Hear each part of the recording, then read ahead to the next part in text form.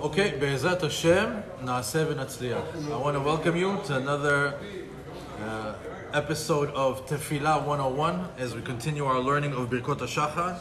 Baruch Hashem, this is our fourth lesson already, so we've covered already a lot of ground.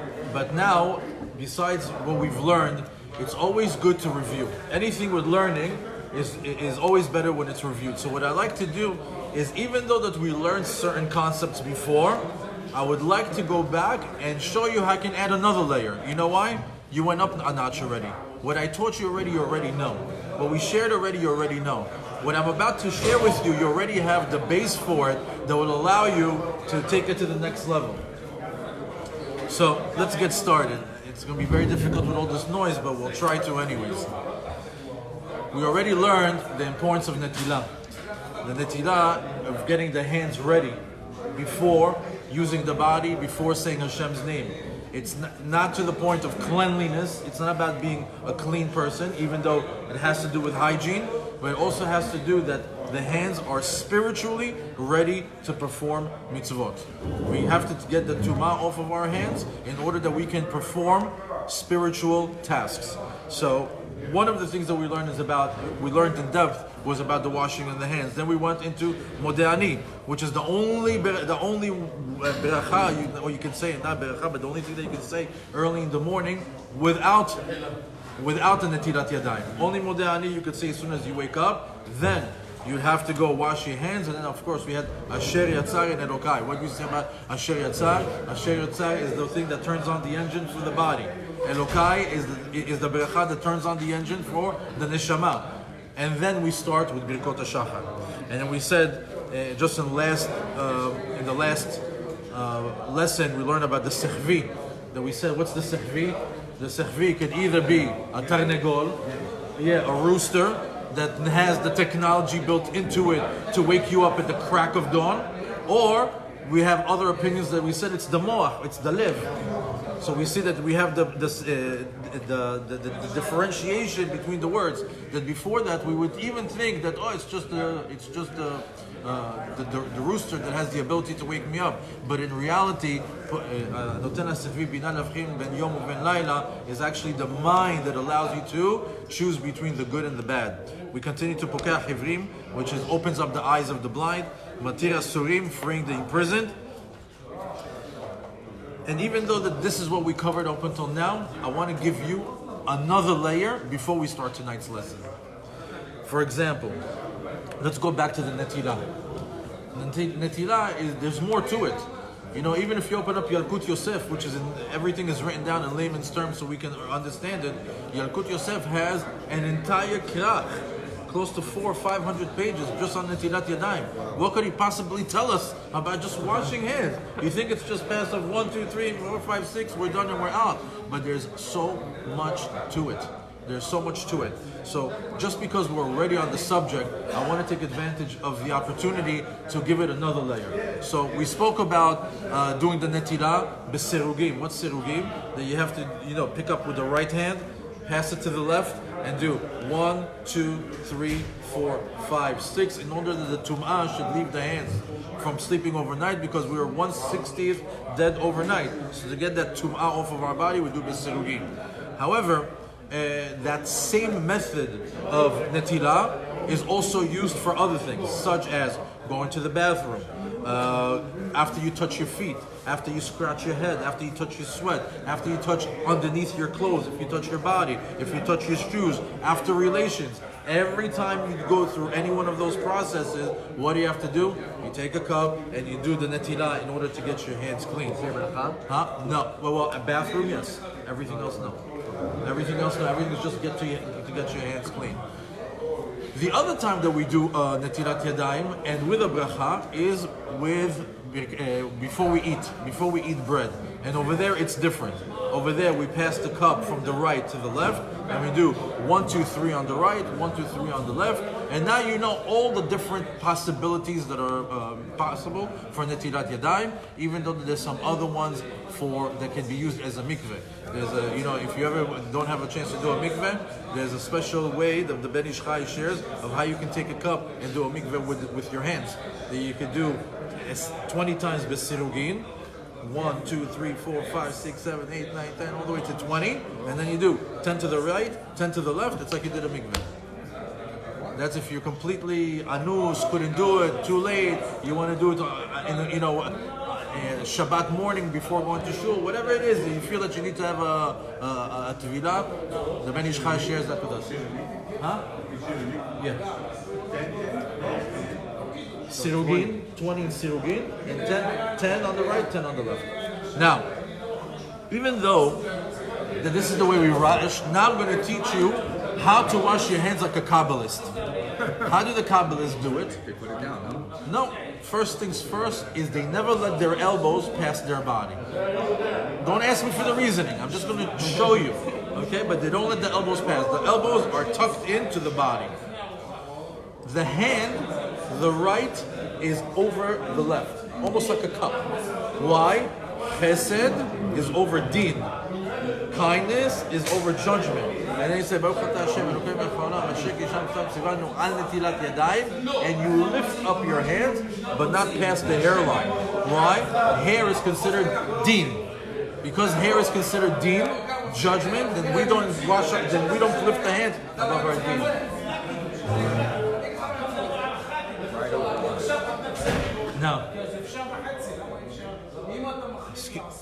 Now, another thing is, when do you dry the hands? It's very, very important to know these things because you want to do it properly.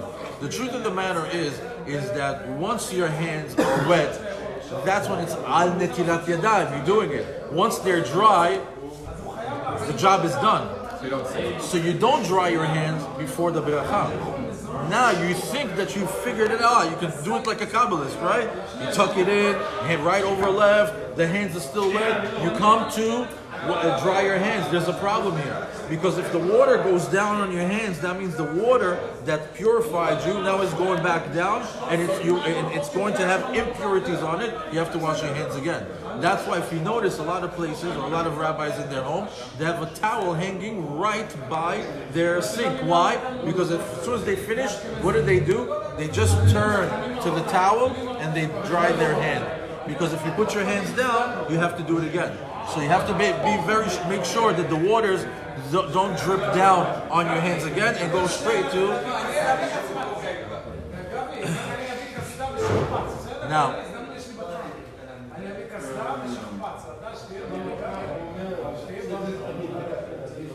that's another way of showing you of how you can learn one thing and add another layer, and add another layer, and another layer. Maybe next week I'll add another layer to Netilat Yadayim possibly, but for right now we'll leave it at that. Let's go back to Matir Asurim. If you remember,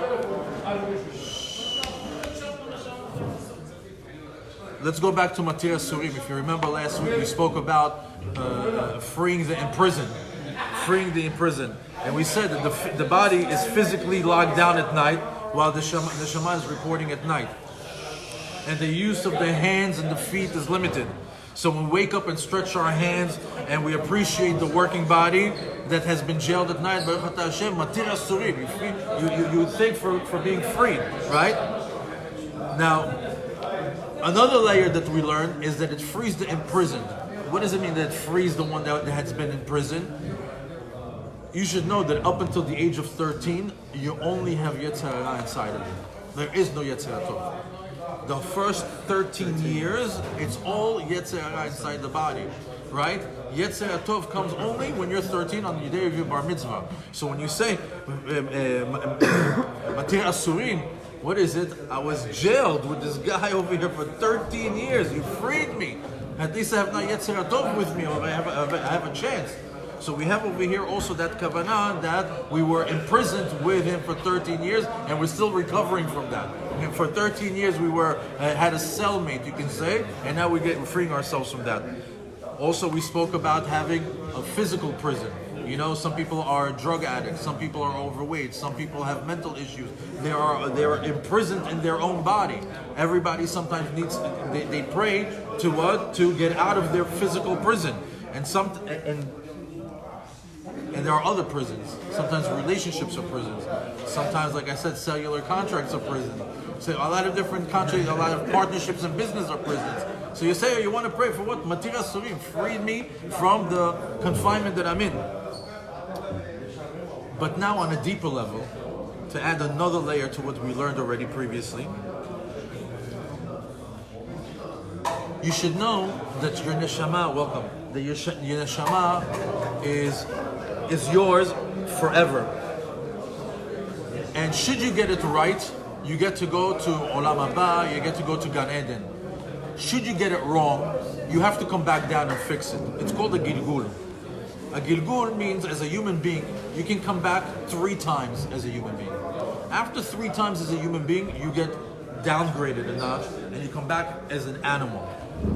As an animal, it's very difficult because that neshama of a human being still feels like a human being, still knows it's a person, but it's trapped in a body of an animal. You know what specific animal, or it's anyone? As a behemah. Let's say a behemah that you can actually shecht and make a bracha on it and free it and give it, and give it the aliyah that it needs. If a person still wasn't able to perfect his tikkun, he has to go 1 notch down to what? To a tzomeach, to a plant. And he has to wait till a Jew buys him from Publix a pear or an orange to free him up. Lo aleinu v'lo alechem. There's some that are completely lost and you come back into domem. The neshama is trapped in a stone. How can you free up a stone? Practically impossible. Practically impossible. So when you say Baruch Ata Hashem Matir Asurim, we thank Hashem that we weren't put in the soul of an animal or of a chicken or of a domem or of a plant. Why? Because there you're really in prison. Imagine being inside a cockatoo or inside of a chicken, and you know you're a human being and need to get out, and all you want to do is you want to go to get shechted and get eaten by a kosher,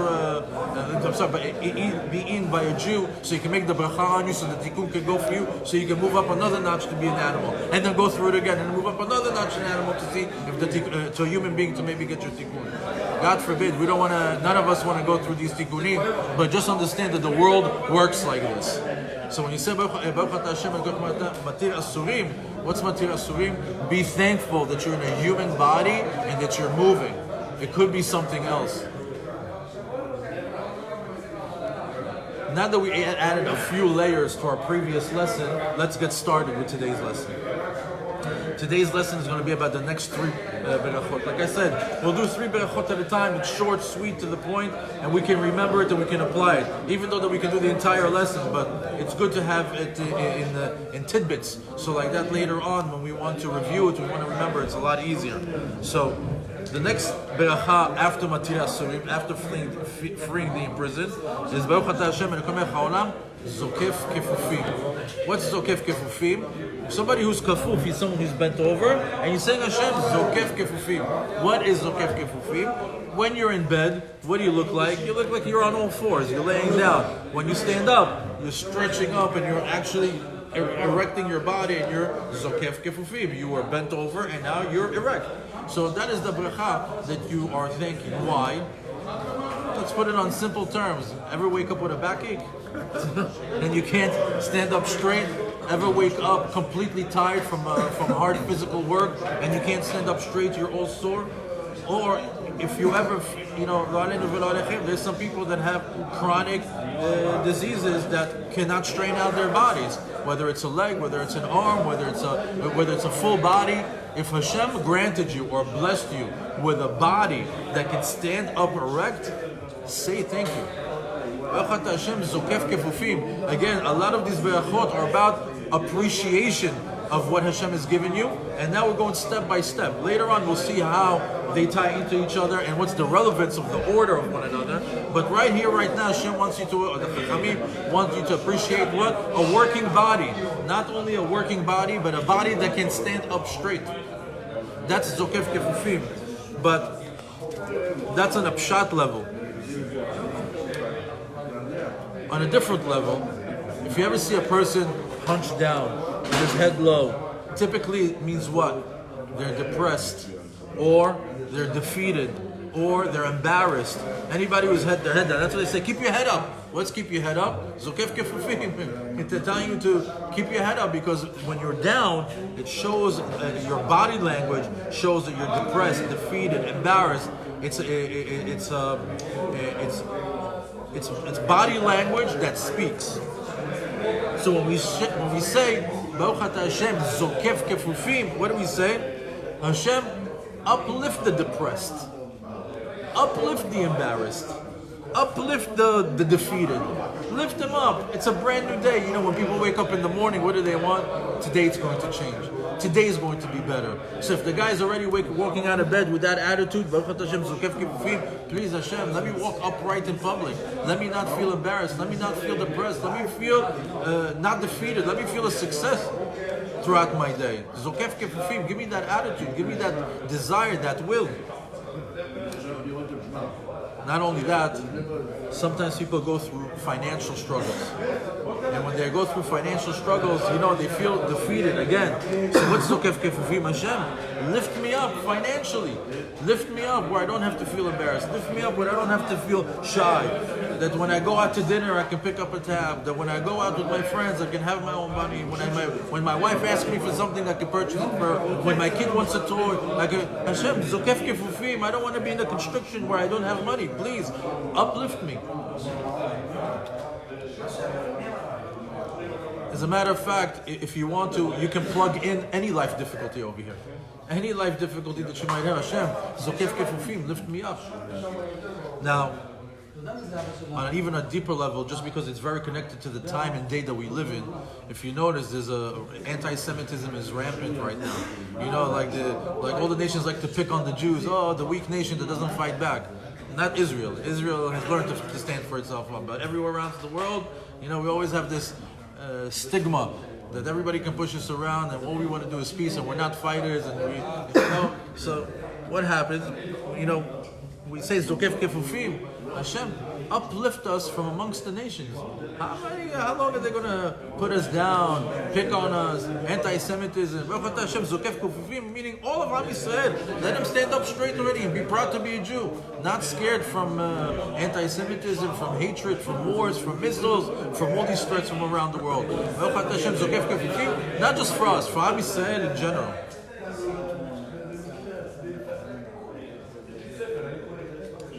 Now you should know that like I told you, that there's other ways of saying these Birkot HaShachar that have deeper meaning. The amount of letters that are in the words, the Nikud, the God's names that are hidden over here. If you ever take a Kabbalistic Sidur, or if you take any of these Sidurim that have Kavanot in it, when it says over here, Malbish Arumim, it says, Hashem, dress me up with a new neshama. Give me a new neshama. Give me a new neshama with what? With a neshama from, they say over here, I don't want to say the angel's name, with a certain angel's name that's going to help me to make my day a success. To have a good day's journey. Like sometimes a person doesn't have his power, but what does he need? He needs a boost. You know? Like a 5-hour energy shot, Hashem gives you like an angel for the whole day that gives you like the power to be able to do it. So the Kabbalists know even to know to which angel lechaven over here to come and help me throughout the day. Malbish Arumim. What's Malbish? Give me dress me up with another neshama. Exactly. Give me the power in order to succeed.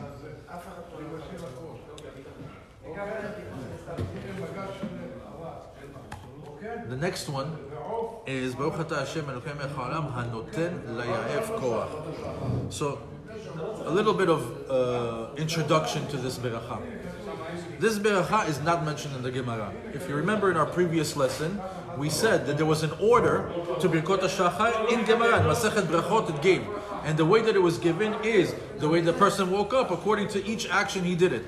You know, when he got dressed, when he put on his pants, his shirt, hat, Netila, all these things, it was according to that. But we don't follow it that way. Why?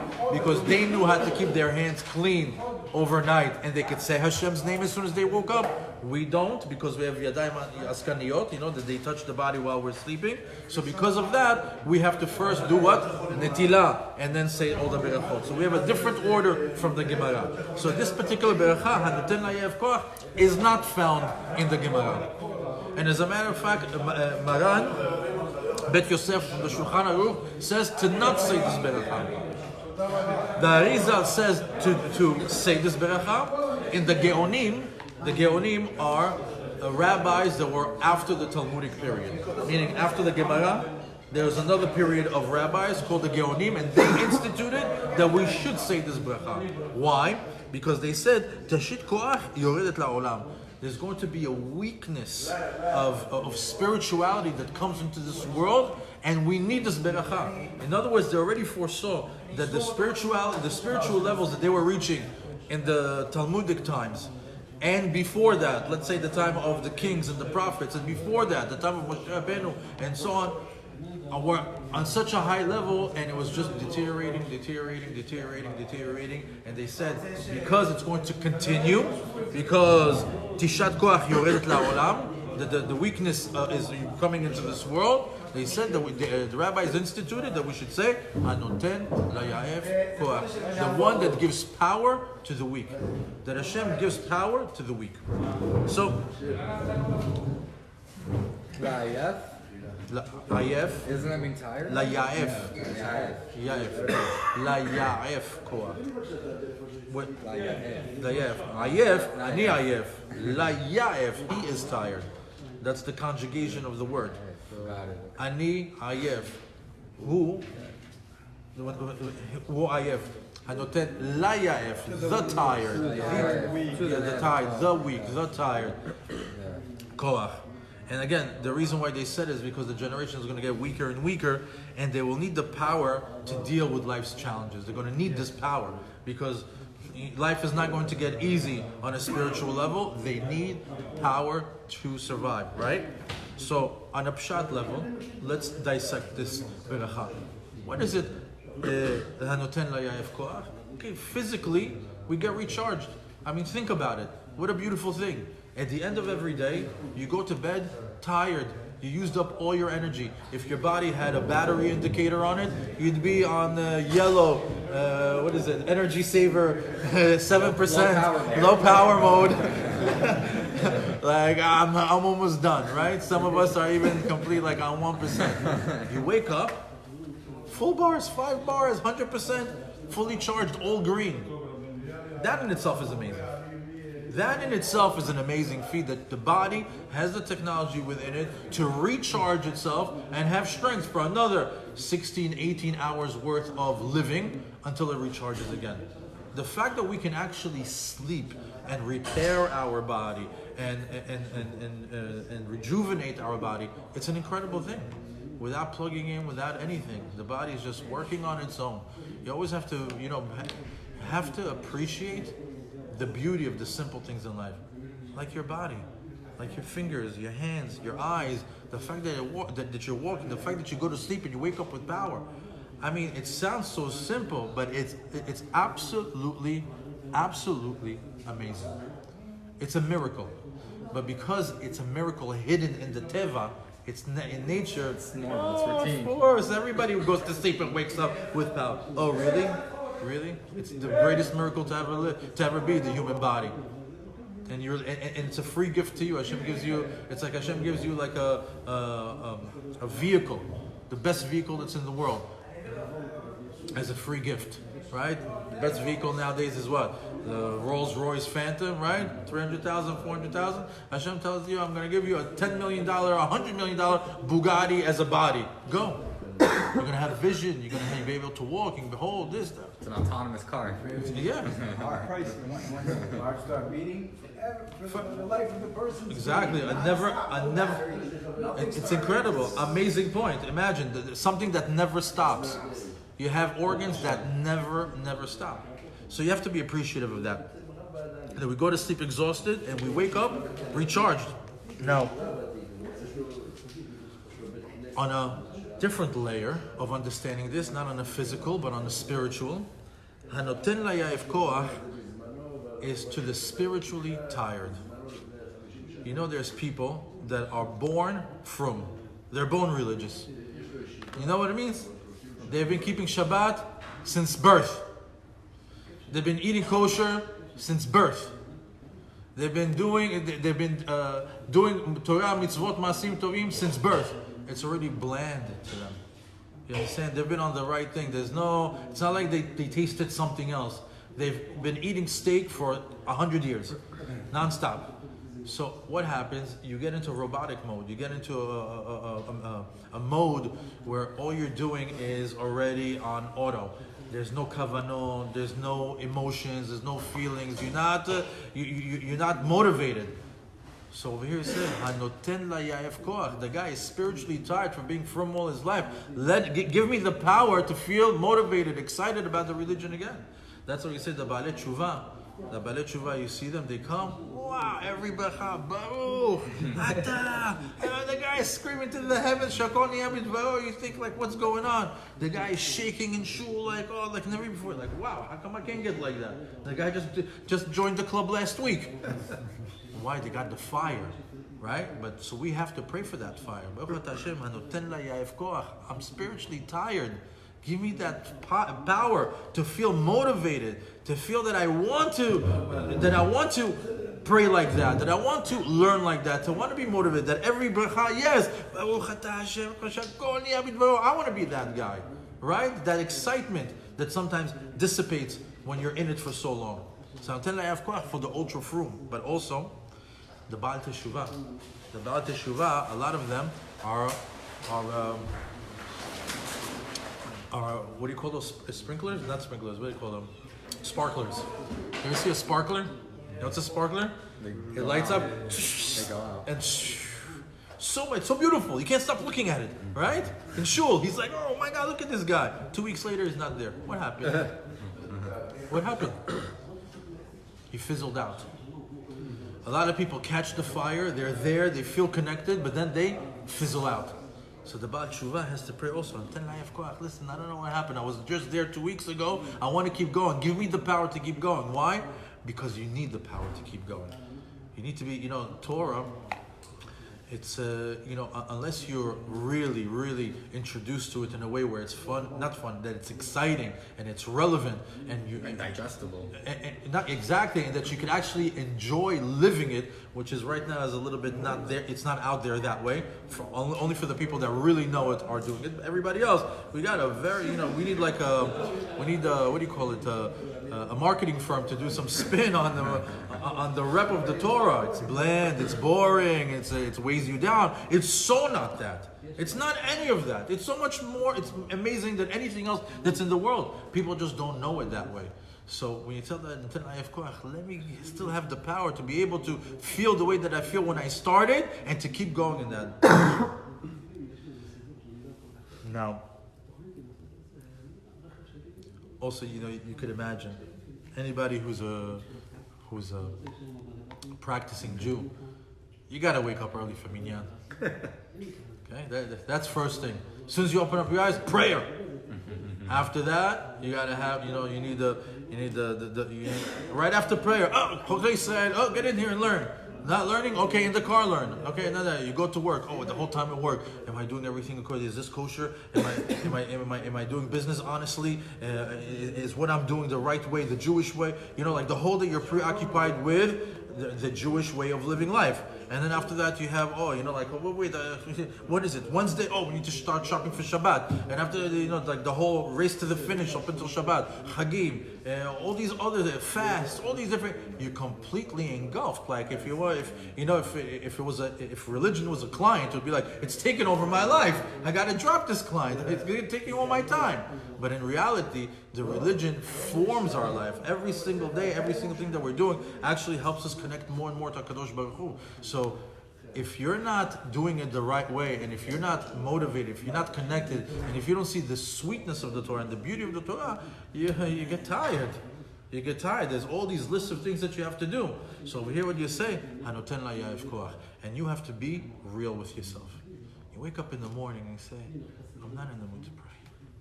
You know what? I'm not in the mood to learn. You know what? I'm not in the mood to be. a Jew today. I feel like just being a bum. I don't want to do nothing. But I know it's not the right way. What am I doing? How am I talking early in the morning? So when you get to this beracha, you say, Hashem, Hanoten layaev koach. Give me the power to bring it back. Give me the power to have power for minyan, power for learning, power for practicing a Jewish life. Give me the power that I need to still feel motivated. And that's what you'll see a lot of people that are connected to the religion and are not connected but going through the motions. The people that are connected, they know what they're doing. They know why they're doing it. They're enjoying what they're doing. That's a beautiful way. People that are just doing it, you ask them, why are you doing? It's bracha. I'm learning. You know, they're just checking the box.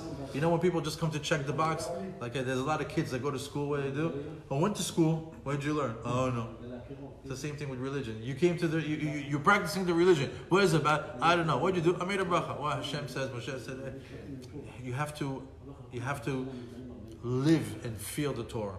And when you feel that you're weak, take this beracha and tell Hashem, Hanoten layav koach, give me the power that I need. Now, on a deeper level of Noten layav koach, you're asking Hashem to give you the ability to withstand life challenges. Life is not easy. Life is not supposed to be easy, by the way. You know, life is not like in the movies. You're not supposed to have a fat bank account, a penthouse, and going to the beach every single day. It doesn't work like that. That's only in the movies. And if not, there's only a few people in this world that are living that way, and the reason why is because they're characters in your movie. There has to be some sort of character, a millionaire that does nothing and enjoys all the world's pleasure. There has to be that guy in your reality in order to understand that there is something like that, but your life is different. Your life has challenges. There's highs, there's lows, there's good days, there's bad days. Hanoten layav koach, Hashem, give me the power to withstand life's challenges. And by the way, all of life's challenges Hashem gives us just so we can grow. If you're not challenged, you don't grow. And that's what this is for a different lesson, but part of really enjoying life is accepting the challenge. There's a famous line from Don Quixote, I think he says, every time somebody used to come and fight him, they're always fighting him for his woman or for his girl. So his line was, I accept the challenge. That was his thing. Every time they were like, I accept the challenge. I challenge you. I accept the challenge. That's what you should do in life. Every time there's a challenge, I accept the challenge. Let's go, bring it on. It's for it's for the better. It's for me. It's to improve me. Furthermore, besides being able to deal with life challenges, you also want to be able, Hanoten layav koach, give me power to deal with my wife. Give me power to deal with my kids.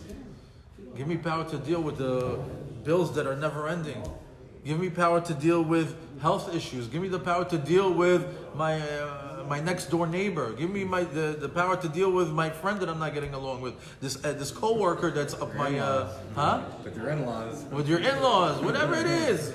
Each one has their own challenge. Hanoten layav koach, give me the power to deal with life, whatever Hashem throws my way.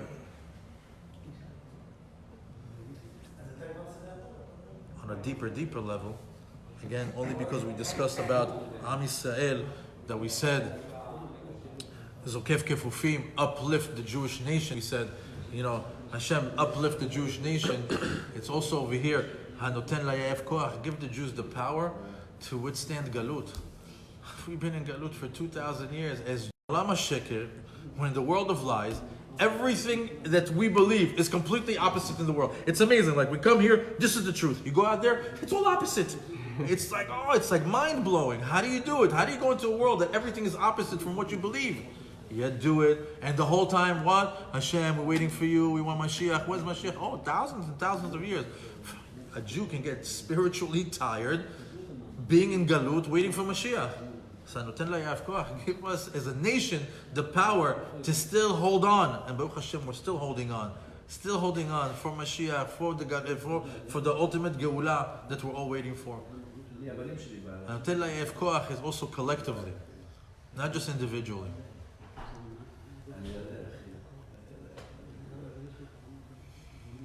The next block of berachot, they switch energies. They go somewhere else. But just to wrap it up for you in a bow, we learned 1, 2, 3, 4, 5, 6 berachot without netilat yadayim asher tzai nelokai. So we were about 9 into it. But just to show you the order of the 6 berachot that we learned together, there's a specific order for it, and it's done by design. For example, when we say Hanoten lasechvi bina le'avchin ben yom ven laila, what is it about? What's the sechvi? We said, let the mind choose between the good and the bad. Then we moved on to say, open up my eyes to show me the right path to which to go on. Then we went to Matir Asurim, free me up from the Yetzer Hara that's constantly trying to get me since the day I was born till 13, and still now he's still in me. Free me from the prison. Let me make sure that I make the right decision. Malbish Arumim, dress me up with Torah, dress me up with mitzvot, dress me up with the spiritual clothing that I want. You should know that in Olam Haba, when a person, there's just a neshama. So they say, what does the neshama wear? The neshama wears clothing. What is the clothing? The mitzvot you performed in this world. That becomes your clothing. So we say over here, Malbish Harumim, dress me up in Torah mitzvot in Olam Hazeh and Olam Haba. And then the Zokef Kefutrim, elevate us in our lives and elevate us amongst the nation. Pick us up above the nations already. It's we're asking for ourselves, but also collectively, we're very tired from the struggle. Zokef Kefufim, let us stand up straight among the nations. Malbish Harumim, again, dress me up. We did Malbish Harumim. Hanoten la'yav koach, give me the power for my personal life, for my spiritual life, and for us collectively for being in the galut. So you see that right now, the first few minutes of you waking up can be so much deeper than just zooming through those 5 berachot. I don't know about you, but lately my Birkot HaShachar have gotten a lot better. At least my Modeh Ani is impeccable. Like right now, I sit up, I think about Hashem first. I think about wow, look, I'm alive. Things are moving, things are working. Open up my eyes, I got my vision. I'm starting to be thankful, and like these classes are actually, the concepts are starting to go through my mind. So what I'm doing is I'm saying it slower. Why? Because I want these concepts to run in through my mind so I can be appreciative of what God has given me. Because you should know, Yehudim comes from the word Hodaya. You're a Jew because you know how to say thank you to God. One of our DNA is to be grateful. And it's on our DNA to say, Hashem, thank you for what you've given me. And when Hashem says, you noticed, you're grateful, and you said thank you, take more. It's just like kids. Kids when they come, oh Ima, thank you so much. That was delicious. You want another one? You want another portion? They say no. Right? But automatically, as soon as you say thank you to your mother, what does she say? Do you want another? Same thing here. You say thank you to your father, automatically he's going to tell you, hey, take another. You need something else? What do you need? Being grateful is an amazing thing. Birkot HaShachar is a great tool for that. Bezrat Hashem, shenatzliach to start our mornings the right way. Hashem v'echotchem sameach. Beautiful.